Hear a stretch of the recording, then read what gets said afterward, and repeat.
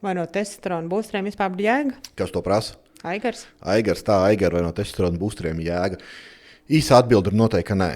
Bet, ja mēs skatāmies uz tādu garāku atbildi, tad ir daži testosterona būsteri, kas tiešām testosteronu var pacelt. Bet kur ir tie gadījumi? Tie ir tie gadījumi, kad cilvēkam ir D vitamīna, cinka deficīts un testosterona būsterī D vitamīns un cinks. Ja mēs skatāmies uz tādiem standarta testosterona būsteriem, tad principā standarta testosterona būsteri principā neko nedod. Un testosterona būsteri ir ļoti interesanta lieta, jo kas reklamē testosterona būsterus? Cilvēki, kas lieto steroīdus, tie vienmēr uz plakātiem un apakšā testosterona būsterīts.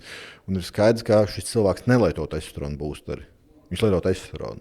Tā kā testosterona būsterus principā reklamē kā steroīdus, bet efekti īsti viņam nav nekādi. Un tad bieži vien cilvēki viņiem notic, jo cilvēki taču zina, kā džeki zina, daudz testosterons, ātrāk augsts muskuļi, tā tad vajag pacelt to testosteronu.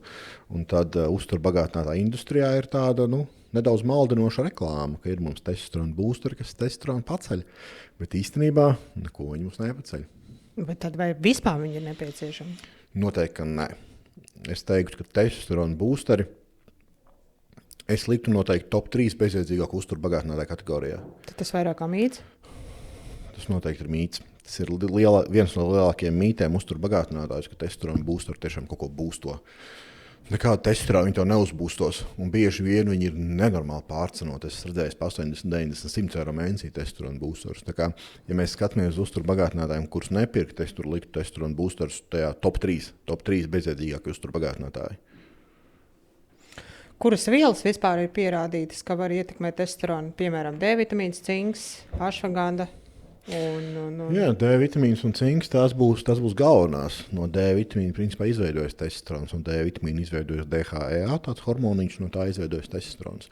Tā kā, ja tev ir zemes D vitamīns, tad visdrīzāk tev būs pazemināts testosterons. Un tajā brīdī tavs testosterona būsteris būs D vitamīns.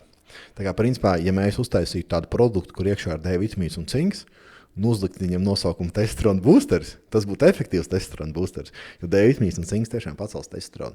Ja ir pazemināts D vitamīns un cinks. Ja tev ir D vitamīns, tur teiksim 90, un tu dzer cinku, no tā, ka tu sāksi viņus dzert pēkšņi vairāk testosterons nebūs. Tā kā precīzāk būtu teikt, nevis D vitamīns un cinks paceļ testosteronu, bet D vitamīns un cinks atgriež testosteronu tur, kur viņam dabīgi būtu jābūt. Jo lielākajai daļai vīriešu nav iespējams nekādā veidā pacelt testosteronu, bet liela daļa vīriešu sev testosteronu nosituši lejā ar kaut ko, vai no lieko svaru, vai no sporta trūkumu, vai no D vitamīnu un cinka deficītu.